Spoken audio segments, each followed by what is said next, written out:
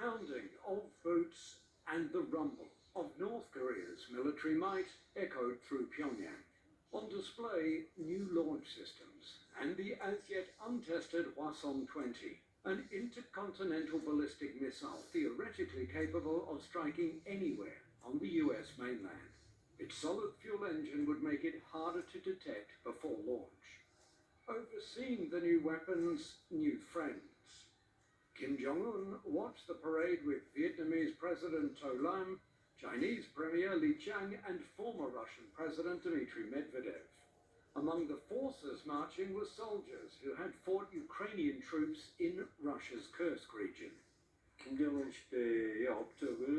Jong-un wants to demonstrate that the North Korea he's been leading for 14 years is very stable and has strong national defense, including nuclear weapons, and that its international standing has been strengthened through closer ties with China and Russia. North Korea is already supplying some of these weapons to Russia.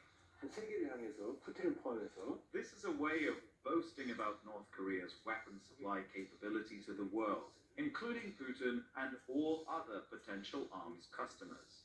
Long-range missiles are also seen as a way to pressure the US back to the negotiating table on North Korea's terms. As a preparatory measure for Kim Jong-un-Trump meeting, the parade demonstrates North Korea's nuclear capabilities, military capabilities, and its close ties with China and Russia. This will allow Chairman Kim to take the initiative if a meeting with Trump takes place.